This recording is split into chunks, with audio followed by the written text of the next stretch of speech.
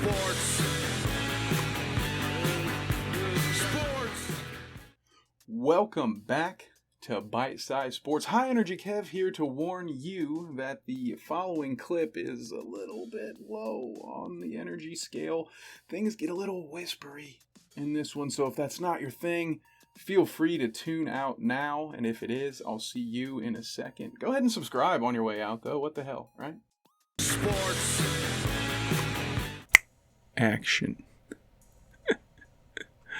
Welcome back to Bite Size Sports. So this is what we're doing with this episode. What I have in front of me is the first mock draft that I did for the entire year. I recorded it without any of my commentary, specifically for this reason. Now that I've got about 5 or 6 under my belt, I wanted to look at what we did the first time and maybe see where we could do better. Talk a little strategy as we go through it. So, without further ado,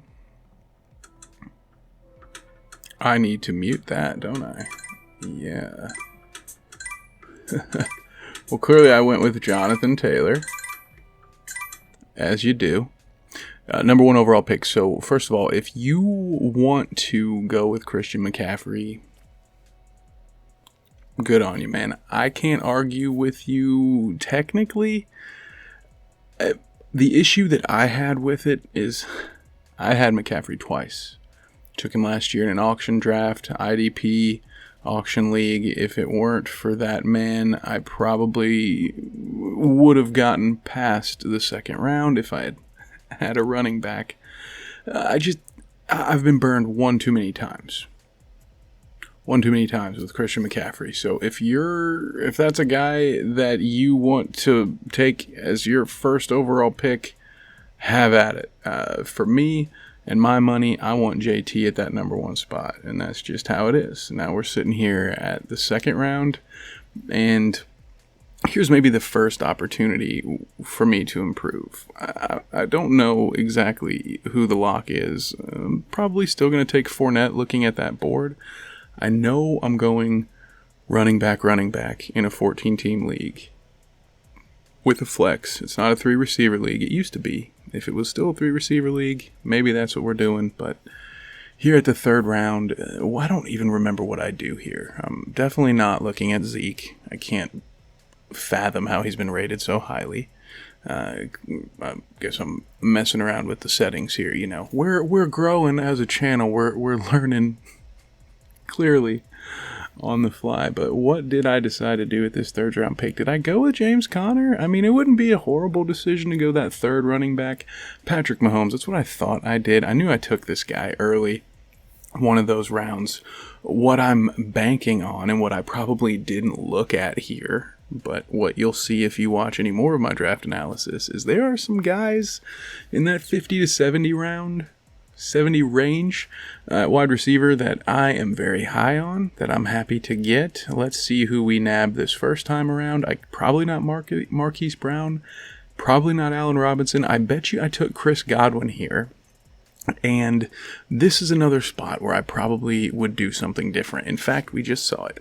Brandon Cooks. It's another name you're going to hear me talk about a lot.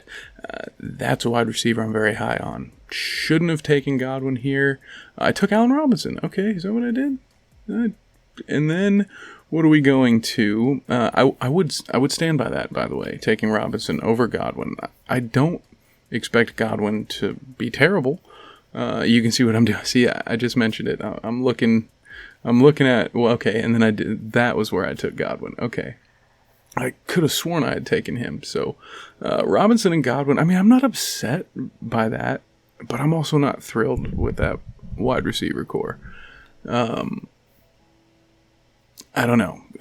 Godwin could have a phenomenal season, and I was very high on him, clearly, just raw coming into it, first mock draft of the year. But having looked around, Brandon Cooks is probably a guy I would have rather had in that position. Some might call it a reach. That's okay. What did we go with here? Probably Cordell Patterson, because running back, 14-team league. the last thing you want is to not have any running back depth, because you're not going to find it in the free agent wire, the waiver wire. I mean, I can't say never, right? You might find it there, but I don't want to be relying on the waiver wire to get a starting running back early in the season. Traelin Burks. This is another spot I might have taken Traelin there. People are very high on him right now. Goddard slides there to me at tight end. I'm very happy with that. I like that position. I'm not a guy who wants to reach for a tight end. There are those two, maybe three guys that, if they're there, yeah, of course you're going to take Kelsey in the right position. But after that, I'd much rather just wait.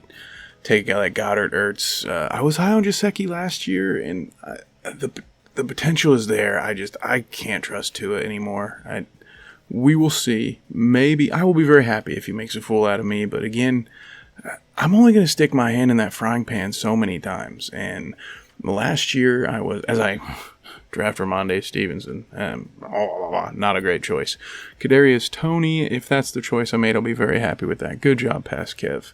But to go back to what I was saying, to McCaffrey, I'll give you 2 chances on my fantasy team, and after that, if you've burned me, I gotta be done, right?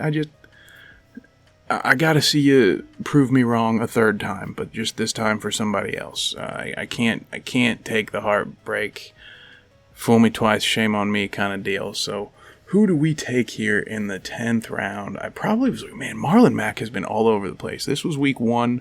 This was before Pierce had that great preseason first week, and everybody got really high on him. Understandably so. I'm still pretty high on Marlon Mack, even though Pierce looked better in the preseason, because I'm a Colts fan, and I have seen what Marlon can do as I take him here. And I have a lot of faith that, given the right opportunity, there's still a chance that he could be a great back. He was a 1,000-yard back his last full season where he played for Indianapolis. He recovered from that injury quite a long time ago, just came back to a stacked backfield in Indianapolis. He's not going to play with JT and then Naheem Hines out there, so Mac just needs an opportunity, and I thought it was going to be here in Houston, but maybe Pierce is going to take that from him. That could be enough to scare you away from the two. One of those two guys is going to get the job, and I think Houston is going to be exponentially better at running the football than they were last year. I mean, they couldn't possibly be worse, right? Not a very bold statement that I just made. Did I take a waiver on Jahan Dotson here? I bet I did. Again, see, this is very first mock draft. No research came into this. This was just, all right, we got to start somewhere. Coming in cold, not very confident in my late round selections, and I think that starts to show here as we go on. But that's why we knock these out. Alec Pierce, by the way, if he falls to me, I'm taking him. If he falls to you at this position in the 12th round, take him. Yes, I'm a homer. Yes, I'm being biased. But if you haven't watched this kid's tape so far in the preseason and in practice, you're missing out. You could be missing out on a sneaky wide receiver 3 flex option. I mean, Pittman is going to have the outbreak year in Indianapolis, so there is a limit potentially to Pierce's ceiling, but plenty of room for 2 wide receivers in today's NFL. So keep an eye on Alec Pierce. If he falls to you at the right spot, I suggest taking him. Here we are, and my strategy has been thrown out the window because I took Patrick Mahomes so early. So normally I'm taking my quarterback around the 9th or 10th round maybe, and then grabbing quarterback 2 in this position, normally taking a middle-of-the-road guy and then a young guy with some upside. Until very recently, I would never pull the trigger on a quarterback early because in the old NFL and the old fantasy football world, there was stats there to show if you didn't get one of those top couple of guys that it was like a NASCAR race, right? There's like 20 people clustered in this grouping. I was like, yeah, give or take 5 points. Y'all are all about the same. So took Tucker, took the Browns defense. Not a bad ending. As you can see, I couldn't even figure out how to format this thing properly and get all 14 teams onto one screen. So, hey, that's my bad. We'll get better. That's what we're doing.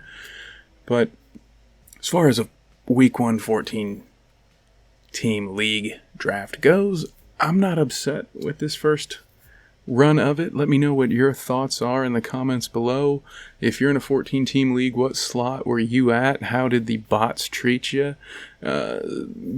Follow me on Twitter. Reach out. I would love to have some actual people in here for these mocks. I think that makes it more fun, a little bit more of a wild card. So, love to hear from you. And in the meantime, thanks for watching. Peace.